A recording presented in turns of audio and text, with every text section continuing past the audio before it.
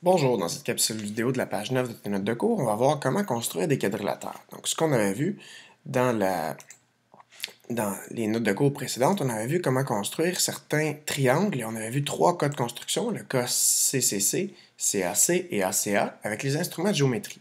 Mais ici, ce qu'on voit, c'est que pour construire des quadrilatères, tu dois utiliser tes instruments de géométrie ainsi que les propriétés des quadrilatères. Il n'y a pas de cas de construction, donc il faut seulement se servir des propriétés des quadrilatères. Donc, ce qu'on va faire d'abord, c'est un schéma avant de commencer pour indiquer toutes les mesures sur le schéma. Donc, par exemple, si je veux construire un losange ABCD, dont les diagonales AC et BD mesurent 4 cm et 10 cm, donc ce que je veux, c'est avoir une diagonale qui mesure 10 cm et une autre diagonale qui doit mesurer 4 cm. Donc forcément, un losange, je sais que, selon les propriétés du losange, que mes diagonales doivent se couper au milieu et à angle droit. Donc, ce que je sais, c'est que ça ici, ça va devoir mesurer 5 cm. Ici, 5 cm. En haut, 2 ici. Et ici, 2, puisque ça doit se couper au milieu. Et une fois que j'ai ça, ce qu'il me reste à faire, c'est à relier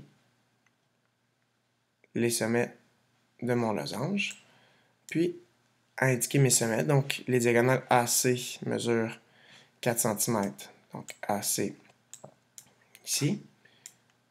Et diagonale BD, le segment BD, va mesurer 10 cm. Donc, il me reste à faire ça maintenant avec mes instruments de géométrie. Donc, je sais que je dois faire une diagonale de 10 cm. Et au milieu, je vais placer ici un point. Au milieu, je dois avoir ici l'autre diagonale qui va se croiser à 90 degrés. Donc, je vais avoir besoin de l'équerre.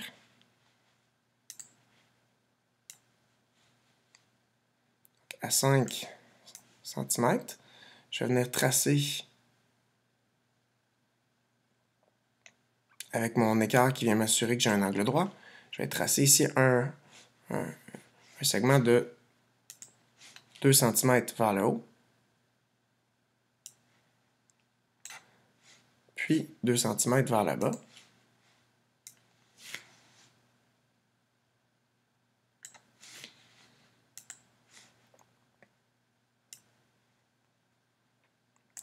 Et voilà. Et je vais aller indiquer ces informations-là.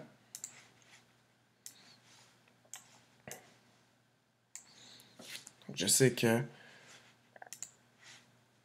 mon segment ici mesure 2 cm. Ici aussi 2 cm. Donc les deux demi-diagonales me donnent 4 cm. Donc, pour relier mes segments A, mes sommets A et C. Et ici 5 cm. Puis 5 cm pour relier mes sommets B et D. J'aurais pu le faire d'une autre façon. J'aurais pu le faire aussi en traçant une médiatrice, où j'aurais trouvé le milieu et perpendiculaire aussi.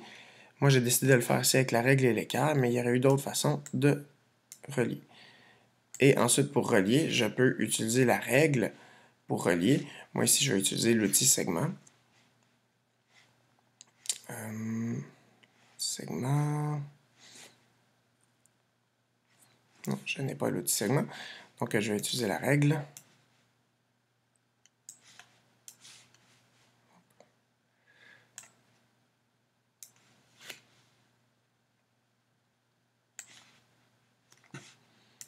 Pour relier chacun de mes sommets. Et je relie toujours en couleur pour faire ressortir ma figure finale.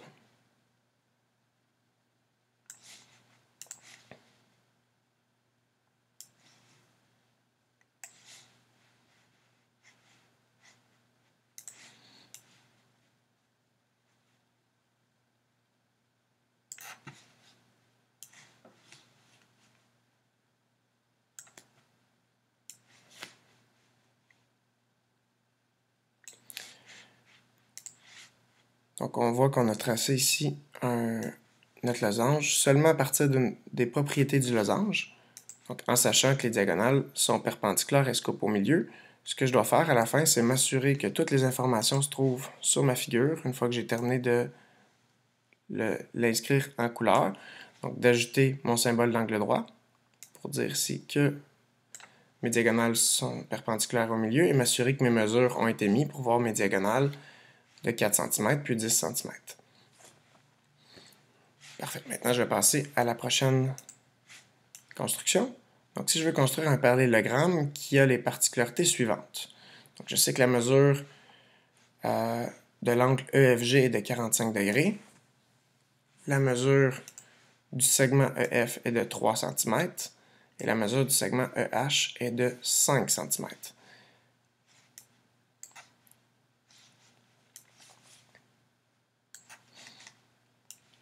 OK. Donc, je vais m'installer un petit peu. Parfait. Donc, je vais commencer à faire, comme tout à l'heure, un schéma à droite. Donc, je veux faire un parallélogramme EFGH. Donc, un parallélogramme a deux paires de côtés parallèles. Donc, je peux le tracer comme ça à main levée. Donc, je vais faire mon parallélogramme EFGH. EFGH. Et je sais que mon angle EFG, ici, va devoir mesurer 45 degrés. Je sais que mon côté EF, ici, va mesurer 3 cm. Et je sais que mon côté EH va devoir mesurer 5 cm. Si j'ai cette information-là, que je connais les propriétés du parallélogramme, je sais aussi que je pourrais commencer en bas avec le côté FG qui mesure 5 cm. Je sais aussi que mon côté HG ici, puisque les côtés opposés sont isométriques, je sais que le côté HG mesure 3 cm aussi. Et je peux aller trouver la mesure de l'angle ici, puisque je sais que dans un parallélogramme, les angles consécutifs sont supplémentaires, donc je sais qu'ils doivent donner tous les deux 180 degrés. Donc si je fais 180 moins 45, ça va me donner 135 degrés. Donc je sais que la mesure de l'angle ici, qui est supplémentaire à l'angle de 45 degrés, bien, ça va me donner un angle de 135 degrés. Donc pour le faire, ce que je vais faire, c'est une base de 5 cm, mes deux angles ici, et je vais arrêter, avec mes angles, je vais arrêter à 3 cm. Donc on y va. Donc, je vais placer ma règle pour faire un segment de 5 cm. Ceci. Ensuite, je vais aller placer le rapporteur d'angle pour aller faire des angles de, ici un angle de 45 degrés, ici 45 degrés, puis à partir de l'autre sommet, ici un angle de 135 degrés en partant de la gauche, donc 0, 10, 20, 30, 40, 50, 60, 70, 80, 90, 100, 110, 120, 130, 135 serait ici.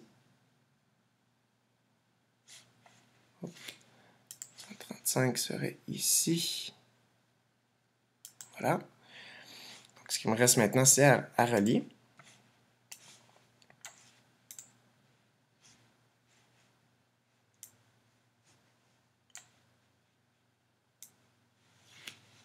Donc, à venir relier ici mon angle de 45 degrés. Je ne sais pas quelle longueur va avoir ce côté-là.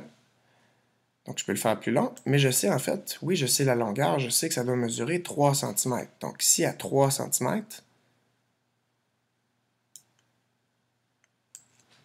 je vais devoir m'arrêter. Ensuite, ici, à partir de l'autre sommet, j'ai tracé un angle de 135 degrés. Je viens venir relier à partir de la trace que j'avais trouvée.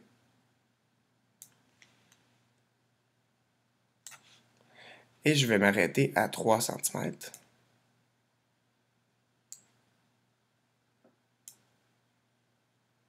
ici.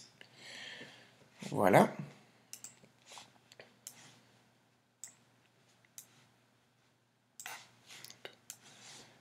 OK. Donc maintenant, si je viens relier mes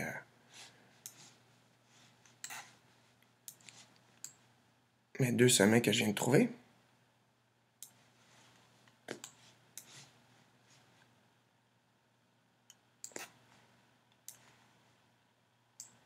ça devrait mesurer exactement 5 cm si ça a été bien fait. Voilà. Donc, je vais aller m'assurer que toutes mes informations sont écrites sur le parallélogramme que je viens de construire. Donc, je vais aller installer mes sommets et vérifier que toutes mes mesures sont exactes. C'est important de faire ressortir le parallélogramme en couleur pour bien le distinguer de ses traces. Donc là, tu peux le surligner, le contour du parallélogramme. J'ai mes côtés ici qui mesurent 5 cm. J'avais commencé avec celui du bas. J'ai fait mes deux angles ici. Un angle de 45 degrés, puis un angle de 135 degrés. Puisque mes angles consécutifs sont supplémentaires. Et à partir de ces angles-là, j'ai arrêté sur les angles pour placer mes sommets quand j'ai vu que j'étais à 3 cm pour respecter ma contrainte ici que le côté EF mesurait 3 cm et je sais que le côté opposé va être isométrique, donc lui aussi de 3 cm. Donc voilà, j'ai toutes les informations dont je disposais pour tracer mon parallélogramme. Pour l'exemple suivant, je vais construire un trapèze IJKL qui a les particularités suivantes. Donc, je vais aller placer, faire mon schéma de bord à droite. Donc, je vais faire un trapèze IJKL. Donc, je dois faire un trapèze, donc ça doit être un trapèze va avoir deux côtés parallèles. Par exemple, comme ceci. Et je sais que le côté IJ doit mesurer 6 cm. Je vais tracer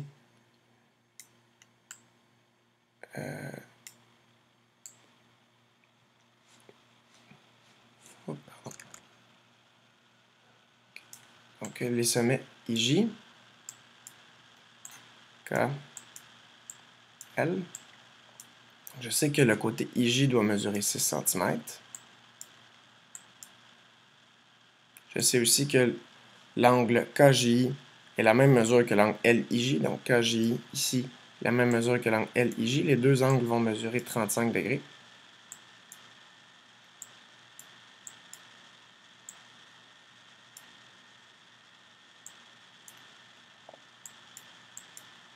Et je sais que le côté KJ ici mesure 3 cm.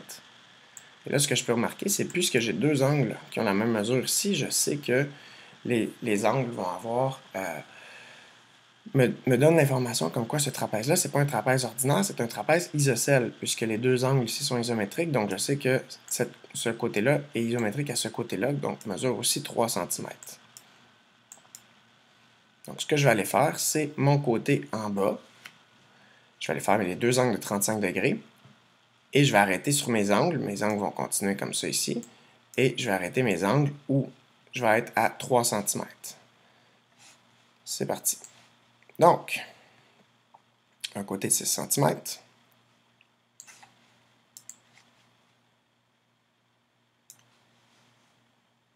Mon côté IJ.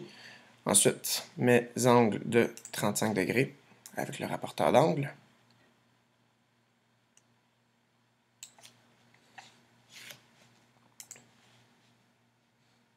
« 35 degrés à partir de la droite. Ici. Je déplace mon rapporteur d'angle de l'autre côté. Je fais un autre angle de 35 degrés. Comme ceci. 35 degrés, je suis ici, donc 35 degrés. Ce qu'il me reste à faire, c'est relier pour tracer mes angles.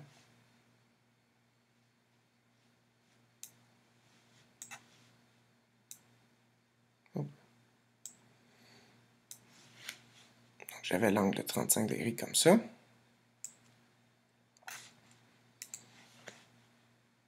Et je trace, après avoir tracé mon angle, je viens arrêter de tracer mon angle, dans le fond, à 3 cm.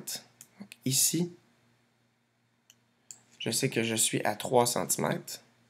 Donc ça va être ici qui va avoir mon sommet K. Si je viens me déplacer de l'autre côté,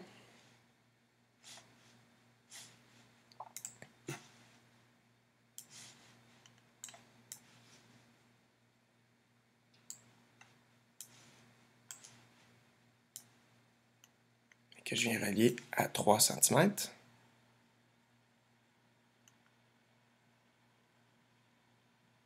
Ça. Je trace mon angle de 35 degrés que j'avais trouvé, en reliant comme ça. Et à 3 cm, c'était ici. Donc, c'est à cet endroit précis que j'ai mon côté... oh, pardon, ça c'était mon sommet L. Ici, mon sommet L. Je vais l'effacer.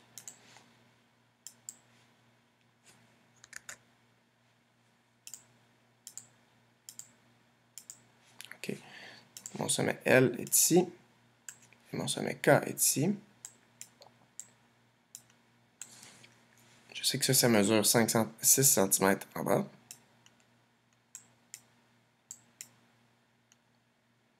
J'ai arrêté ici à 3 cm sur mon angle de 35 degrés.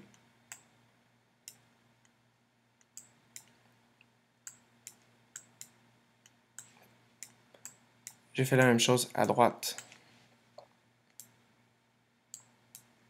J'ai fait mon angle de 35 degrés et j'ai trouvé le sommet K qui était à une distance de 3 cm du sommet J pour trouver le sommet K. Et là, ce qu'il me reste à faire, j'ai comme un triangle. Ce que je veux, c'est pas un triangle, c'est un trapèze. Donc, je dois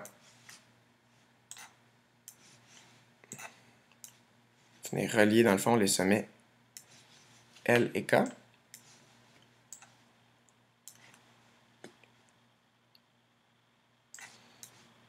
Comme ça ici.